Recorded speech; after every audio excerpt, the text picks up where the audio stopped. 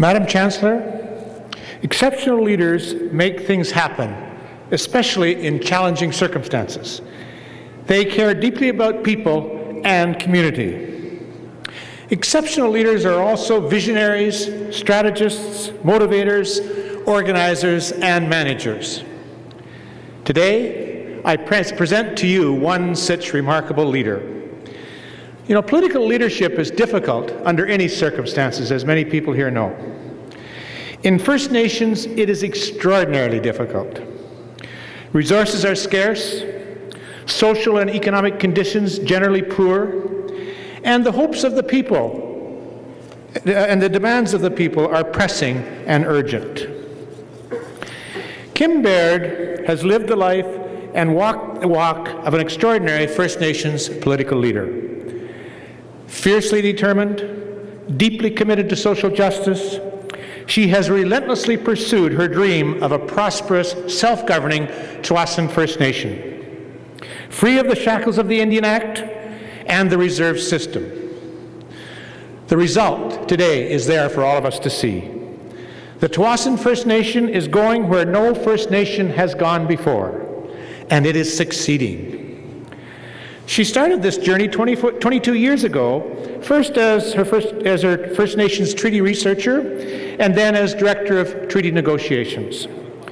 In 1999, at the young age of 28, she was elected chief, a position she held for 13 years. Her accomplishments in that position are breathtaking. Largely as a result of her sheer determination, personal charm, and obvious intelligence, the Tsawwassen First Nation treaty negotiations are recognized as a model for effective negotiations. It was a long, hard, and often discouraging process, requiring focus, toughness, and determination on the part of the First Nation. When others thought all was lost, Kim remained relentlessly determined to find a way. Today, with its treaty in place, the Tsawwassen First Nation is well on its road to prosperity, self-sufficiency, and modern self-government.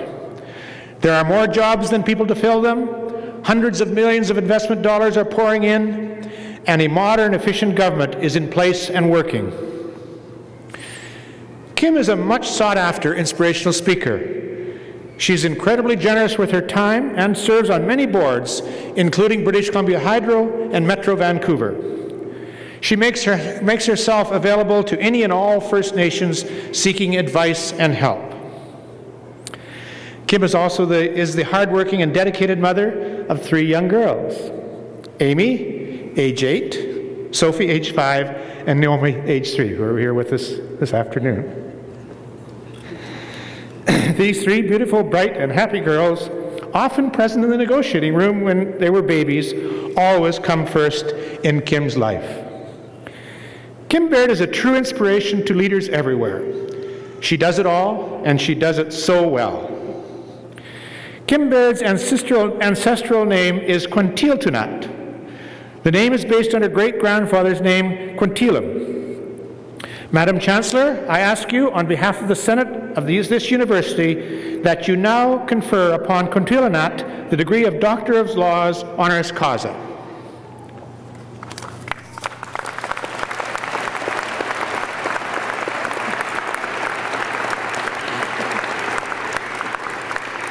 Kim Baird, by virtue of the authority vested in me and in the Senate of this university, I hereby admit you to the degree of Doctor of Laws, honoris causa. Dr. Baird will be hooded by Dr. John Driver, our Vice President Academic, and Dr. Kate Ross, Registrar. Here comes your hood.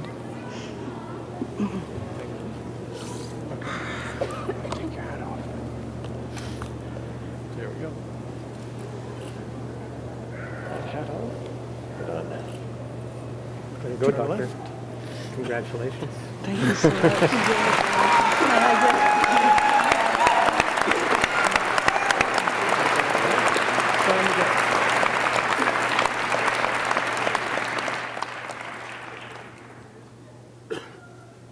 Thanks, Tommy.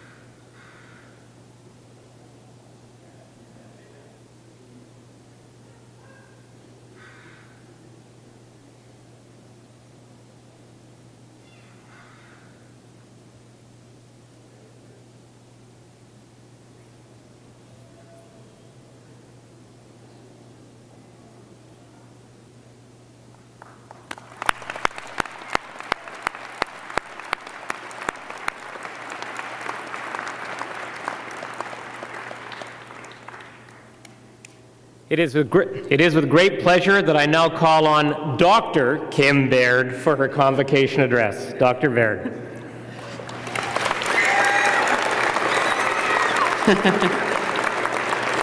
Good afternoon, everyone. I'd like to acknowledge my Coast Salish relatives on whose territory we gather.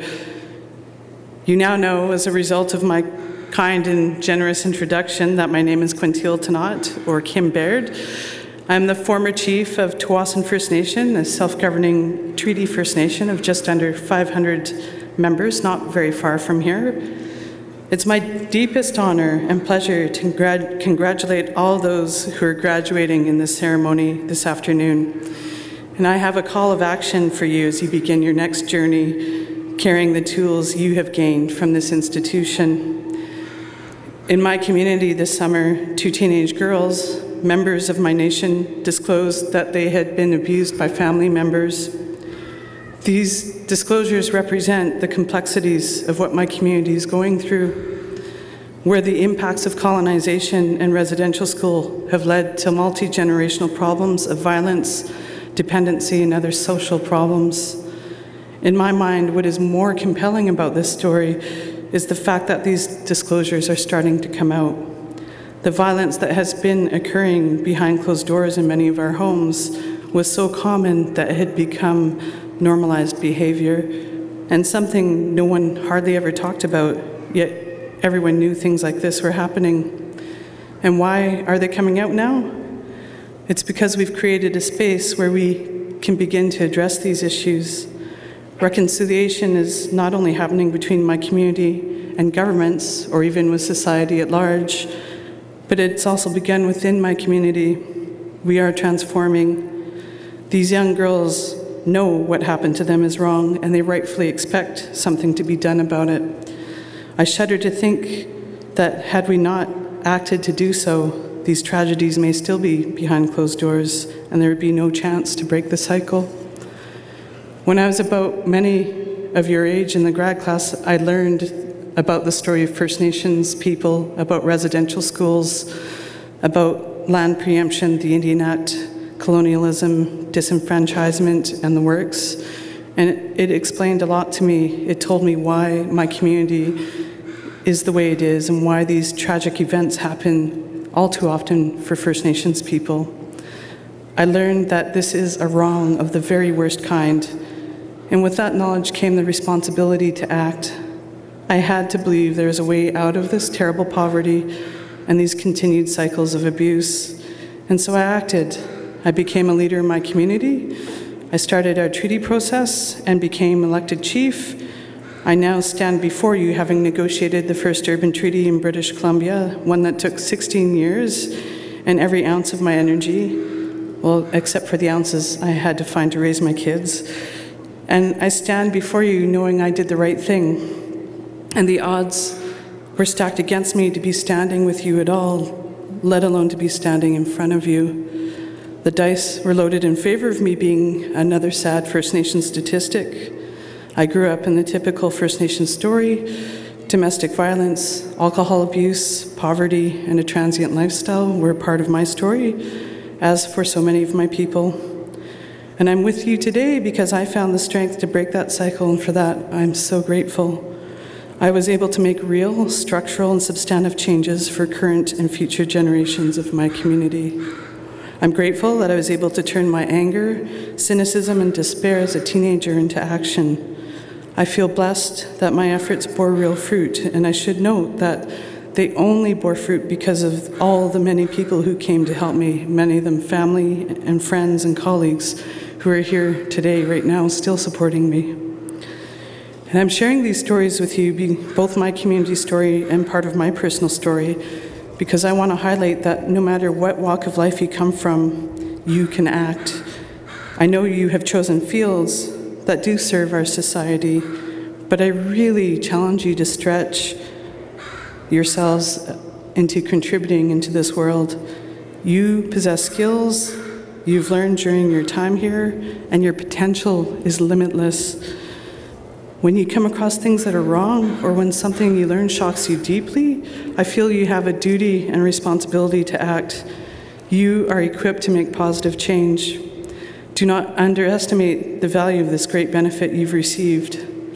Many, including myself, have not had the same opportunity, but with this benefit comes significant responsibility to act when you see wrong, to stand up and do something. I believe we all have a duty and an obligation to serve our communities. Education is a blessing that each and every one of us has received, and it's now your turn to share this blessing with others. Go out and use these skills and contribute to building our civic society. Find your passion and lead. There are many challenges our society faces, from the third world conditions on reserves to our loss of belief in our government institutions or the environment as some examples.